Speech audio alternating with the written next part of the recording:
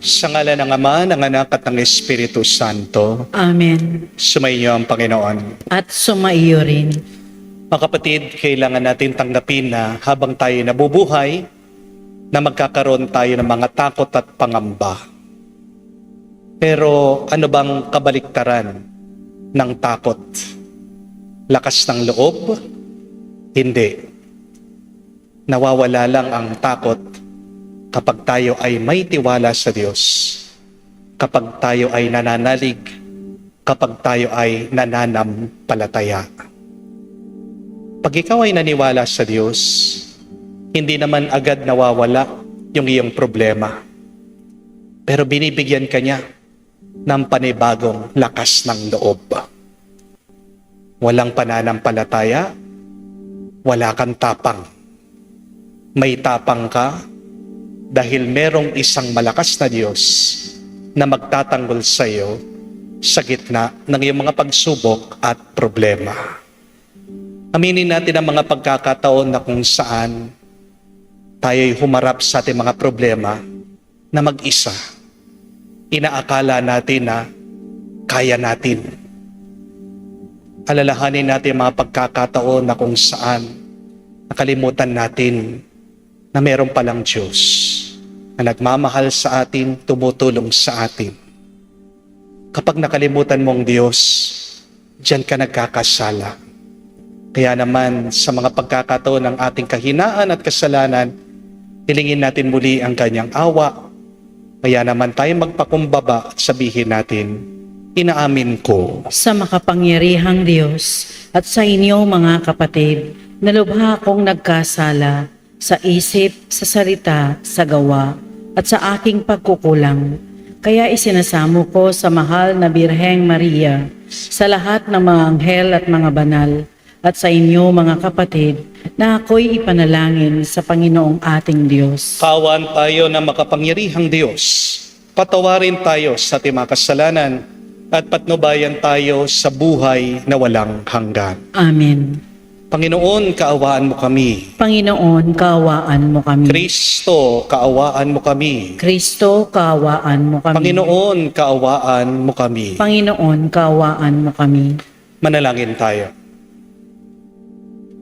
Ama namin makapangyarihan, manatili kang kapiling ng iyong sambayanan na iyong laging kinahahabagan at pinagbibigyan upang ang tinampok ng iyong pamumuno at pagsubaybay ay muli mong ikalugod at panatilihin mong kinalulugod sa pamagitan ng Jesucristo kasama ng Espiritu Santo magpa sa walang hanggan. Amen. Pagbasa mula sa aklat ni Propeta Jeremias. Nang taon ding iyon, ng ikalimang buwan ng ikaapat na taon ng paghahari ni Sedekias sa Huda, si Jeremias ay kinausap ni Ananias, anak ni Propeta Azur ng Gabaon. Sila nooy nasa patio ng templo, sa harapan ng mga saserdote at ng mga tao, ang sabi ni Ananias, "Ito ang sabi ng Panginoon, ang Diyos ng Israel. Winakasan ko na ang kapangyarihan ng hari sa Babylonia. Sa loob ng 2 taon, ay ibabalik ko sa templong ito ang lahat ng kagamitan na kinuha ni Haring Nabucodonosor at dinala sa Babylonia. Ibabalik ko rin dito si Jeconias, anak ni Haring Joakim ng Huda, at ang lahat ng bihag na taga-Huda na dinala sa Babylonia. Aalisin ko na kayo sa ilalim ng kapangyarihan ng Babylonia." Sinabi naman ni Propeta Jeremias kay Propeta Ananias nang naririnig ng mga saserdote at lahat ng naroon sa patio ng templo, "Amen, ganyan nga sana ang gawin ng Panginoon. Magkatotoo nawa ang ipinahayag mo. Mapabalik sana rito mula sa Babylonia ang lahat ng kagamitan ng templo at ang lahat ng dinala roon sa bihag. Ngunit pakinggan ninyo ang sasabihin ko sa inyong lahat. Ang mga propetang nauna sa atin ay nagpahayag na magkakaroon ng digmaan, taggutom at salot sa maraming bansa at tanyag ng mga kaharian.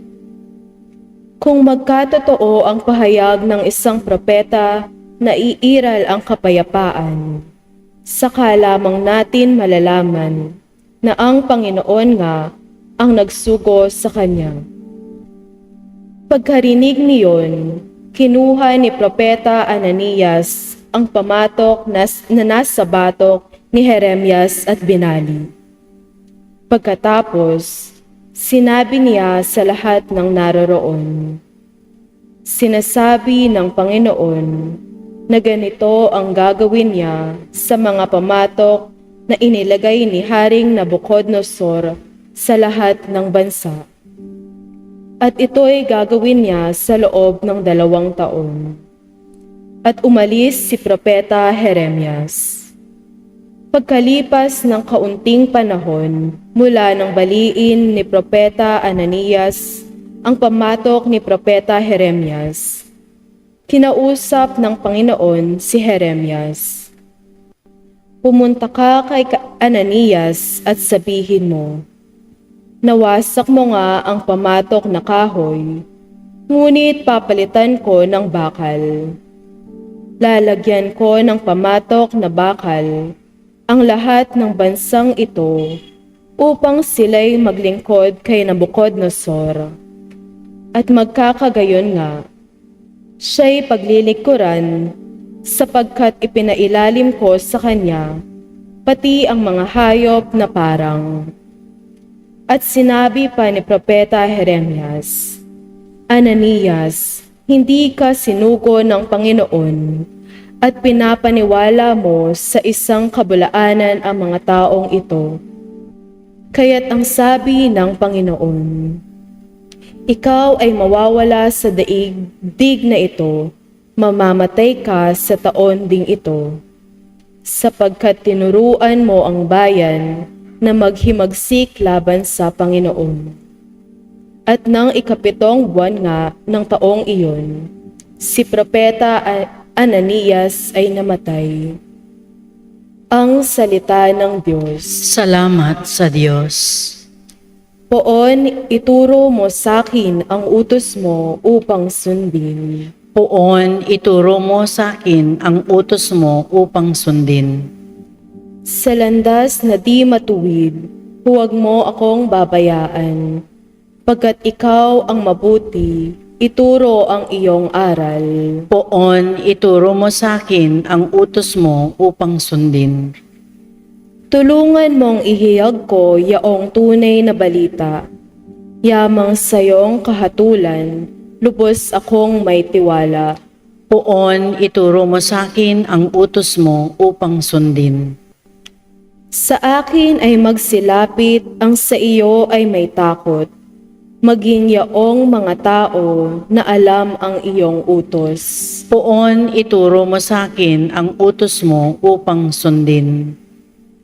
Sana'y lubos kong masunod ang buo mong kautusan, upang hindi mapahiyat, tamuhin ko ang tagumpay. Poon, ituro mo sa akin ang utos mo upang sundin. Nag-aabang ang masama upang ako ay mapatay, ngunit ako'y magbubulay sa bigay mong kautusan. Poon, ituro mo sa akin ang utos mo upang sundin.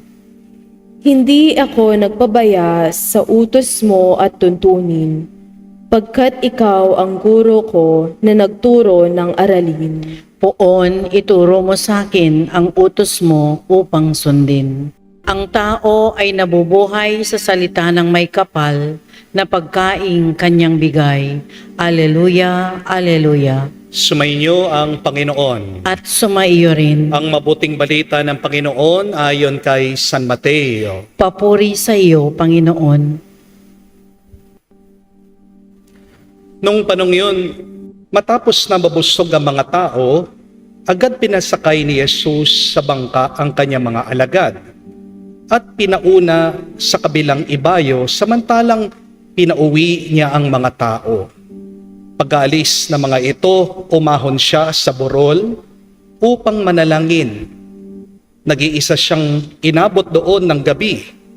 Samantalang nasa laot na noon ang bangka at sinasalpok ng mga alon sapagkat pasalungat sa hangin. At nang madaling araw na, sumunod sa kanila si Jesus na naglalakad sa ibabaw ng tubig. Kinalibutan sa takot ang mga alagad nang makita nilang may lumalakad sa ibabaw ng tubig. At nagsalita sila, sumigaw, "Multo!" Ngunit agad siyang nagsalita at sinabi sa kanila, "Huwag kayong matakot, si Jesus ito." At nagsalita si Pedro, "Panginoon, kung talagang kayo yan, paparian niyo ako sa ibabaw ng tubig." Sumagot siya, "Halika." Kaya't sumunod si Pedro sa bangka at lumakad sa ibabaw ng tubig, palapit kay Jesus. Ngunit nang mapansin niya ang hangin, siya'y natakot at nagsimulang lumubog. "Sagipin niyo po ako, Panginoon," sigaw niya. Agad siyang inabot ni Jesus. "Napakaliit ng iyong pananalig," sabi niya kay Pedro. "Bakit ka nag-aalinlangan?" Pagkasakay nila sa bangka, tumigil ang hangin. At sinamba siya ng mga nasa bangka. "Tunay nga na kayo ang anak ng Diyos," sabi nila. Tumawid sila sa lawa at dumaong sa Genesaret. Nakilala si Jesus ng mga taga roon. Agad nilang pinamalita sa buong palibot ng lupaing iyon ang pagdating ni Jesus. Kaya't dinala nila sa kanya ang lahat ng may sakit. Hiniling nila sa kanya na ipahipo man lamang sa mga may sakit kahit ang laylayan ng kanyang kasuotan. At lahat ng makahipo nito ay gumaling. Mga kapatid, ang mabuting balita ng ating Panginoon. Pinupuri ka namin, Panginoong Heso Kristo. Magandang araw po muli sa inyong lahat. Welcome po sa ating banal na misa. Pakigreet nyo naman po ang inyong mga katabi. God is good. Sobra-sobra. Meron po silang ginawang isang kakaibang eksperimento, ang iila pong scientist. Kumuha po sila ng mga sanggol, mga baby, at nilagay po nila sa isang silid na puno po ng mga laruan. Pagkatapos po ng ilang saglit, nagpasok po yung mga scientist na mga ahas. At nilagay po nila yung mga ahas malapit sa mga sanggol. Huwag po kayong mag-alala. Dahil yung mga ahas, hindi naman po makamandag at sanay po sila sa mga tao. Pero yung mga magulang ng mga sanggol, habang pinapanood po nila yung kanilang mga anak malapit sa mga ahas, halos hindi po sila mapakali. Nanginginig sila sa takot. Pero alam niyo po kung anong nangyari? Yung mga sanggol, hindi po sila umiyak. Hindi po tumakbo yung mga bata. Hindi po sila natakot. Sa halip, tumawa pa nga po sila nung nakita nila yung mga ahas. At yung ibang sanggol, curious, hinahawakan po yung mga ahas. Nilalaro nila, inaakala, laruan din. Doon po natuklasan ng mga researchers ang napakahalagang katotohanan. Na ang tao, pinanganak lang po na meron pong dalawang kinakatakutan. Una, ang malakas na tunog. Pero pangalawa, ang mataas na lugar o pagbagsak. Ang lahat po, liban dito sa dalawa na kinakatakutan natin, ay natutunan lang natin. Remember that, my dear friends, that as human beings, we are only born with two natural fears: loud sounds and heights. Everything else that you're afraid of is just learned. Everything else that you fear is just programmed in your mind. Everything else that you're afraid of is just conditioned to you. Kaya isipin niyo po, yung takot mong magsalita sa harapan ng ibang tao, natutunan mo lang yan. Yung takot mo na magmahal ka ulit matapos kang masaktan, natutunan mo lang yan. Yung takot mo na magsimula ng negosyo, natutunan mo lang yan. Yung takot mo sa karayom, sa injection, natutunan mo lang yan. Yung takot mo na magtiwala muli, natutunan mo lang yan. Pati po yung takot nating tumanda na mag-isa, yung takot nating mawalan, yung takot natin na mamatay. Lahat ng yan natutunan lang natin. Unti-unti po nabubuo sa isip ang takot. Dahil sa ating karanasan, dahil sa ating nakita, dahil sa sinabi ng ibang tao, at marahil dahil sa sugat na iniwan ng buhay. Minsan ang problema, hindi naman po ang realidad. Ang problema ay yung kwento na ginawa mo sa isip mo tungkol sa realidad. Halimbawa, may nakapkap ka na bukol sa iyong katawan. Anong kwento agad ang naiisip mo? Baka cancer na ito. Hindi po ba? Hindi lang nagre-reply yung anak mo, tinatanong mo siya, nasan ka na? Ano yung sinasabi mo bilang magulang? Baka na-aksidente na yung anak ko. Hindi ka nire-replyan ng yung mister. Ano agad ang inaalala mo? Pinagpalit na ako. Meron na siyang ibang babae. Lagot siya. Pag-uwi niya, makikita niya, matitikman niya ang aking galit. Di po ba? Nakita mo, tinatawagan ka ng boss mo sa cellphone. Agad hindi ka na mapakali, nag-aalala ka. Baka tatanggalin na ako sa trabaho. Napansin niyo po, maraming beses, mas natatakot tayo sa iniisip natin kaysa sa tunay na nangyayari. Amen? Pero ang totoo, karamihan sa ating mga takot ay hindi naman talaga totoo. Amen? Kaya nga po tandaan yung ibig sabihin ng fear. Isa pong acronym yan. Spell fear. F-E-A-R. Ibig po sabihin, memorize niyo po ha, tandaan niyo po. Fear is false evidences appearing real. Ulitin po natin, ha? False evidences appearing real. Hindi naman talaga totoo, pero pinaniniwalaan mo. Kaya lumalakas ang takot mo. Amen? Ang takot para pong multo. Habang malayo, mukhang napakalaki. Pero kapag nilapitan mo, madalas, wala pala. Guni-guni mo lang. Amen? At ito po ang pinapaalala sa atin ng mabuting balita. Habang nasa bangka daw po ang mga alagad ng ating Panginoong Hesukristo, biglang lumakas ang hangin. Biglang nagkaroon ng bagyo. Lumaki daw po ang alon, dumilim ang gabi. At pagkatapos, may nakita silang isang anyo sa kalayuan. Naglalakad sa ibabaw ng tubig. Ano pong unang sinabi ng mga alagad? Multo! Sabi po nila. Hindi pa nila alam kung sinong papalapit sa kanila. Pero tingnan nyo, gumawa na sila agad ng masamang kwento. Hindi po ba? At dahil hindi nila alam, natakot sila. Pansinin niyo po, hindi po ang presensya ni Jesus ang nagbago at nagpalakas sa kanilang loob. Nandun na po si Jesus Siya yung naglalakad sa ibabaw ng tubig. Nawala lang daw po yung takot ng mga alagad nung nakita nila si Jesus. Kaya nga po sabi ni San Pedro, palakarin mo ako sa ibabaw ng tubig. At nung naglalakad na si San Pedro, nakatitig siya sa Panginoon. Milagro! Nagawa niya yung imposible na makapaglakad siya sa ibabaw ng tubig.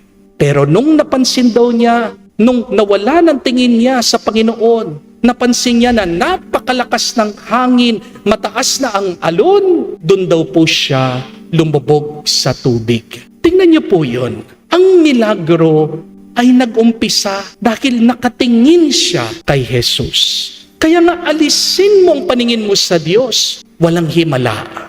Amen? Alisin mo ang titig mo kay Jesus, manghihina ka. Pag nakatingin ka sa iyong takot, lalo kang manghihina. Understand, we do not experience life. We experience what we focus on. Hindi naman po natin nararanasan ang buhay Ang tunay mong nararanasan, yung tinitignan mo lang. Kaya kung gusto mong bumuti ang iyong karanasan, tingnan mo ang pinakamabuti. Walang iba kung hindi ang Diyos. Amen? Mga kapatid, maraming bagay ang kinakatakutan natin dahil hindi natin nakikilala kung nasaan si Jesus. Kaya nga po, unang sinabi ni Jesus sa mga alagad, napakaganda, take courage. It is I. Do not be afraid. Pansinin niyo po, hindi mo na pinatahimik ni Jesus yung hangin. Hindi mo na po pinatigil o pinakalma ni Jesus yung dagat. Anong una niyang ginawa? Pinakalma muna niya yung puso ng mga alagad. Dahil alam po ni Jesus, kapag payapa ang puso mo, kahit na may bagyo, kaya mong lumaban. Amen? Kapag ang puso mo puno ng takot, kahit na maliit lang ang problema, pakiramdam mo, lulubog ka. Hindi po ba? Kaya napakaganda din po ng turo ni San Pablo sa atin. St. Paul reminds us that God has given us the spirit not of fear, but the spirit of power, the spirit of love, the spirit of self-control. Nagkakaroon lang tayo ng takot kapag pinipili mong tignan yung takot. Amen? Pero ang mabuting balita, may tinanim na tapang ang Diyos sa iyo. So choose the spirit of courage rather than fear every day. Mga kapatid, kung ang takot ay natututunan, maaari din naman pong matutunang bitawan yan. Pero ang hirap kasi sa atin, ang tigas ng ulo natin. Hindi po ba? Hindi lahat ng iyong natutunan ay mabuti. Amen? Tandaan niyo po yan. Kung hindi nakakabuti, kalimutan mo na. Dahil pag palagi mong binabalikan, iniisip, hindi ka magiging masaya. Kapag hindi mo binitawan yung iyong takot, nagiging alipin ka niyan. Kamukha po nung kasabihan, the man who has been bitten by a snake is even afraid of a rope.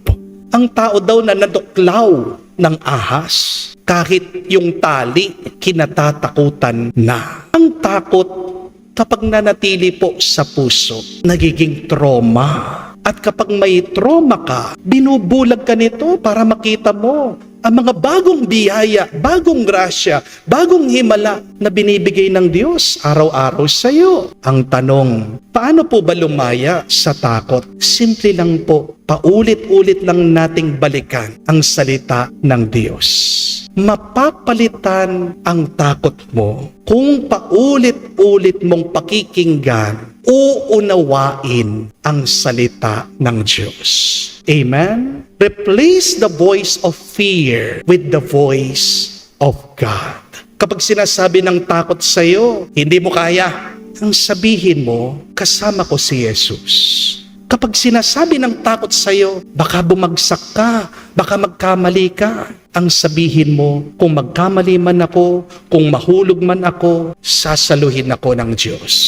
Kapag sinasabi ng takot sa iyo, mag-isa ka lang, kawawa ka naman, ang sabihin mo, hindi ako nag-iisa, kasama ko palagi ang Diyos. Mga kapatid, ang kabaligtaran po ng takot ay hindi po katapangan. Ang kabaligtaran ng takot ay pananampalataya. Ang matapang, maaring wala siyang kasiguraduhan, pero nagpapatuloy pa rin siya na nagtitiwala sa Diyos. Kaya ngayon pong araw, mga kapatid, wag natin tanungin ang ating sarili, paano kaya kung magkamali ako? Paano kaya kung masaktan ako muli? Ang mas magandang tanong, pagmunihan, ito po, Paano kaya kung kasama ko si Jesus sa gitna ng problemang ito, sa gitna ng pagsubok na ito, sa gitna ng aking suliranin? At kapag kasama mo si Jesus, ang dagat, mananatiling dagat. Ang hangin, mananatiling hangin. Ang problema, mananatiling problema.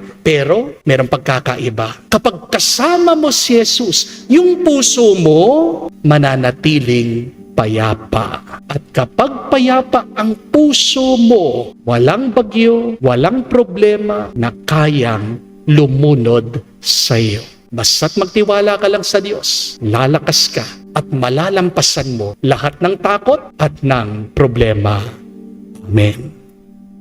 Nagtitipon po tayo at ialay natin ngayon sa Diyos ang ating mga dasal at panalangin.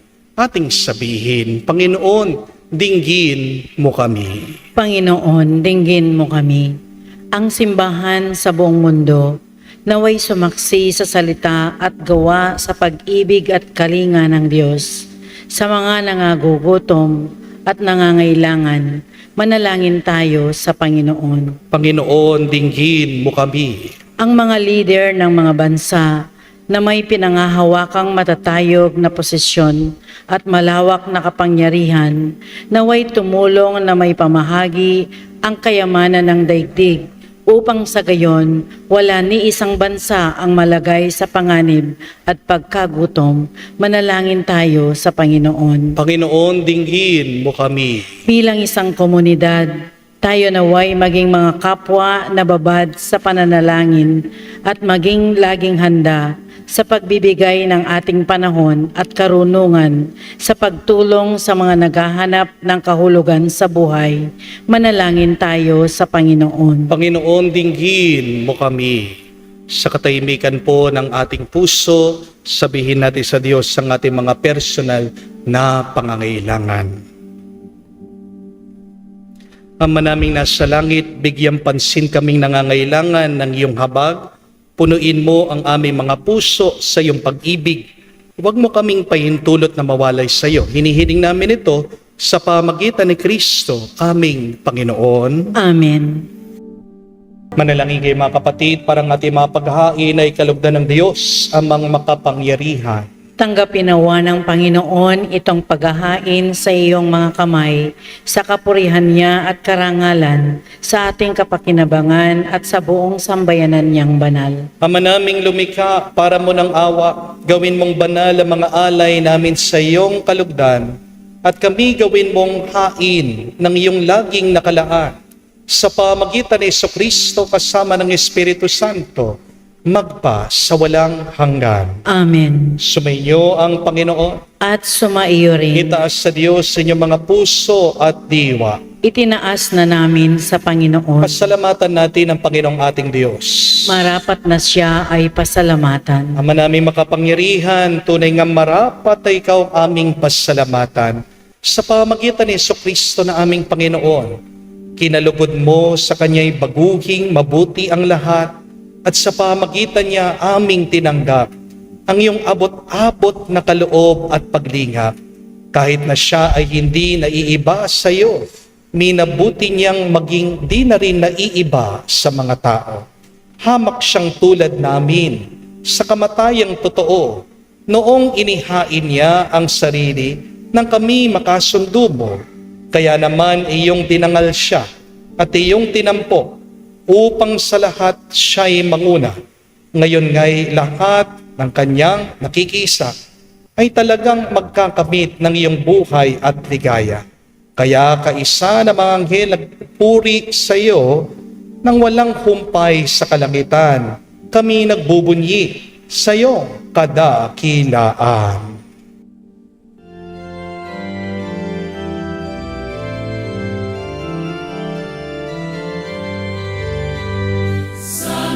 Santo, Santo, Panginoong Diyos ng mga hukbo, napupuno ang langit at lupa ng kadakilaan mo. Hosana, Hosana,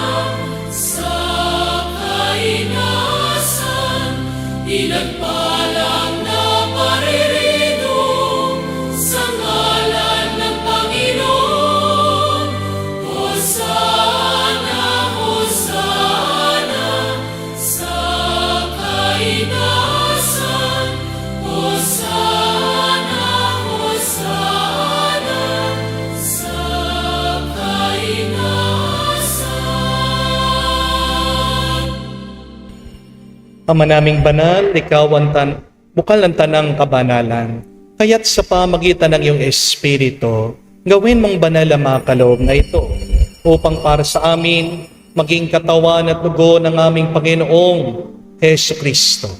Bago niya pinagtiis ang pusang loob na maging handog, hinawakan niyang tinapay, pinasalamatan kanya, pinaghati-hati niya iyon. Inabot sa kanya malagad at sinabi, tanggapin ninyong lahat ito at kanin. Itong aking katawan na ihahandog para sa inyo.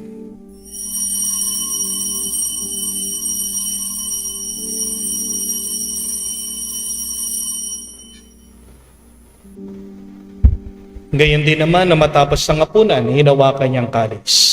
Muli kanyang pinasalamatan. Nabot niya ang kalis sa kanyang malagad at sinabi, tanggapin ninyong lahat ito at inumin. Itong kalis ng aking dugo, ng bago at walang hanggan tipan. Ang aking dugo na ibubuhos para sa inyo at para sa lahat, sa ipagpapatawad ng mga kasalanan. Gawin ninyo ito sa pag-alaala sa akin.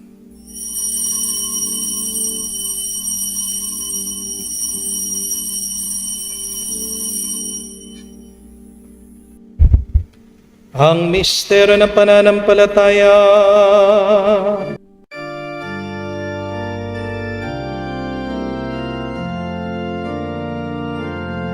Si Kristo ay namatay, si Kristo ay nabuhay, si Kristo ay babalik sa wakas,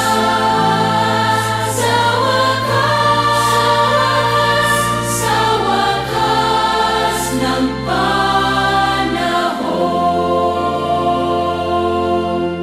Ama, ginagawa namin ngayon ang pag-alaala sa pagkamatay at muling pagkabuhay ng iyong anak. Kaya tinialay namin sa iyo ang tinapay nagbibigay buhay at ang kalis na nagkakaloob ng kaligtasan. Kami nagpapasalamat dahil kami yung minarapat na tumayo sa harap mo para maglingkod sa iyo. Sinasamo namin kami magsalo-salo sa katawan at dugo ni Kristo ay mabuklod sa pagkakaisa sa pamagitan ng Espiritu Santo. Amalingapin mong iyong simbahan, laganap sa buong daigdig. Puspusin mo kami sa pag-ibig. Kay San Leon ang aming Santo Papa, si Florentino aming Arsobispo, at ng Tanang Kaparian. Alalahanin mo rin ang aming mga kapatid na nahimlay. May pag-asang sila'y muling abubuhay. Gayon din naman lahat ng mga pumanaw. Kawan mo't sila't patuloyin sa iyong kaliwanagan. Kawan mo't pagindapatin kaming lahat, makasalo sa iyong buhay na walang wakas. Kaisa na mahal na Birhen Maria, Ina ng Diyos, kaisa ni San Jose ang kanyang maluwalhating esposo, kaisa ng mga apostol, lahat ng mga banal, na namuhay dito sa daigdig na kalugod-lugod sa iyo. May pagdiwang nawa namin ang pagpupuri sa ikararangal mo, sa pamagitan ng iyong anak aming Panginoong Hesu Kristo. Sa pamamagitan ni Kristo, kasama niya at sa Kanya, ang lahat ng parangal at papuri ay sa iyo, Diyos Ama, makapangyarihan, kasama ng Espiritu Santo, magpasawalang hanggan.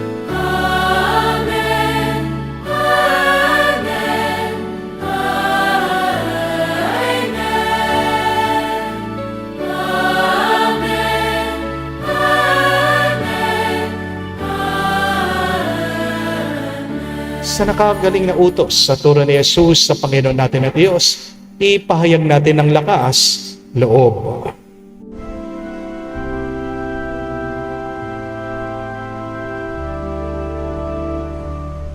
Ama namin, sumasalangit ka, sambahin ang ngalan mo, mapasa amin ang kaharian mo.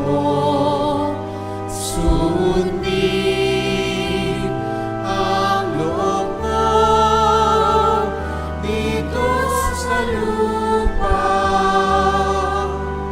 para nang sa langit. Bigyan mo kami ngayon ng aming kakanin sa araw-araw. At patawarin mo kami sa aming mga sala para ng pagpapatawad namin sa nagkakasala sa amin. At huwag mo kaming ipahintulot sa tukso, at iadya mo kami sa lahat ng masama. Hinihiling namin kami, Diyos, sa lahat ng masama, pagkalooban ng kapayapaan araw-araw, iligtas sa kasalanan, ilayo sa lahat ng kapahamakan, samantalang aming pinanabikan ang dakilang araw ng pagpapahayag ng tagapagligtas naming si Hesu Kristo. Sapagkat iyo ang kaharian at ang kapangyarihan at ang kapurihan magpakailanman. Amen. Panginoong Hesu Kristo, sinabi mo sa mga apostol, kapayapaan ang iniiwan ko sa inyo. Ang aking kapayapaan binibigay ko sa inyo. Tunghayan mong aming pananampalataya at huwag ang aming pagkakasala. Pagkalooban mo kami ng kapayapaan at pagkakaisa ayon sa iyong kalooban. Kasama ng Espiritu Santo, magpa sa walang hanggan. Amen. Kapayapaan ng Panginoon ay laging sumainyo. At sumaiyo rin. Magbigayan po tayo ngayon ng kapayapaan sa bawat isa. Peace with you po. Kapayapaan po sa inyong lahat.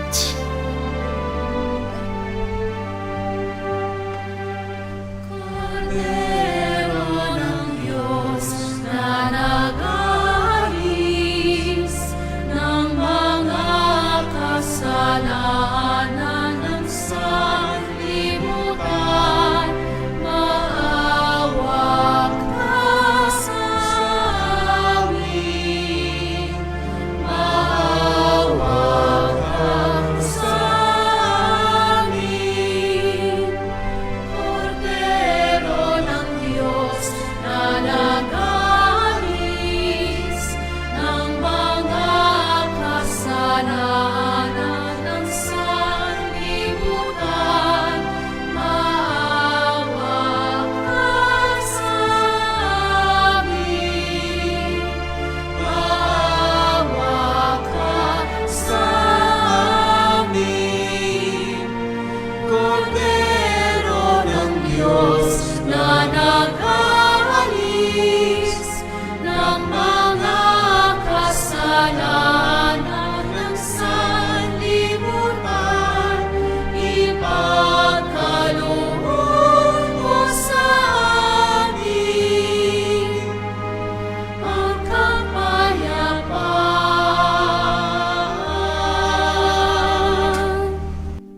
Mga kapatid, naririto ang ating Panginoong Jesucristo, ang Kordero ng Diyos. Siya nag-aalis sa mga kasalanan ng sanlibutan. Mapalad tayong lumalapit sa piging ng Kordero. Panginoon, hindi ako karapat-dapat na magpatuloy sa iyo, ngunit sa isang salita mo lamang ay gagaling na ako.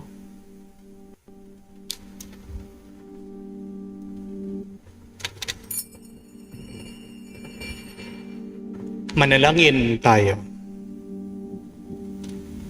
Ama namin mapagmahal, kaming pinagsalo mo sa banal na pakikinabang, ay yung tuwangan sa ginagawa namin sa araw-araw, upang kaming hindi mo pinagkakaita ng pagsubaybay, ay gawin mong maging marapat sa lubos na kaligtasan. Sa pamagitan ni Jesucristo kasama ng Espiritu Santo, magpa sa walang hanggan. Amen. Mga kapatid, tandaan niyo po na halos sa lahat ng kinakatakot natin ay hindi naman talaga totoo. What is the meaning of fear? F-E-A-R. It is false evidences appearing real. Tayo ay binigyan ng spirito ng lakas ng loob ng Diyos. Hindi tayo binibigyan ng spirito ng takot. Kapag ikaw ay natatakot, ibig sabihin, maaaring ikaw ay nakatingin sa isang masamang karanasan. Karamihan sa ating mga takot ay natutunan. Pero kapag natutunan mo, pwede mo rin naman kalimutan. Hindi lahat ng ating natututunan ay nakakabuti sa atin. Para tayo ay lumakas ng loob, kailangan umalik tayo sa salita ng Diyos. Dahil kapag hindi mo pinupuno ang iyong isip at puso sa salita ng Diyos, yan ay napupuno ng salita ng masama, salita ng demonyo. Yan ka nanghihina. So let us spend more time not only in listening but understanding the Word of God. Wala po tayong dahilan para hindi makinig sa salita ng Diyos. Napakarami pong Biblia. Pwede kayong makabili ng Biblia online. Nandyan po ang internet, isang click nyo lang, mapapakinggan nyo na agad ang salita ng Diyos. Pero bakit pa rin tayo naghihina at natatakot? Kasi mas pinipili pa nating tingnan yung masama, yung nagbibigay ng takot sa atin. God's Word is always available. Huwag nating sayangin ito. At pag pinapasok mo ang salita ng Diyos sa iyong puso, maaaring hindi magbabago yung iyong problema. Pero merong isang magbabago, yung puso mo. Bago baguhin ng Diyos yung iyong masamang kalagayan, ang unang binabago niya ay ang puso mo. Bago pakalmahin ng Diyos ang iyong problema at pagsubok, binibigyan muna niya ng kalma, ng kapayapaan ang puso mo, at yun ang mas mahalaga. Ang kabaliktaran ng takot ay hindi po tapang. Ang kabaliktaran ng takot ay pananampalataya. Dahil kapag meron kang pananampalataya, diyan ka palalakasin ng Diyos para pagpatuloy mo ang iyong paglalakbay gitna ng iyong mga problema at pagsubok sa buhay. So para po sa ating assignment ngayon, please listen closely to the Word of God.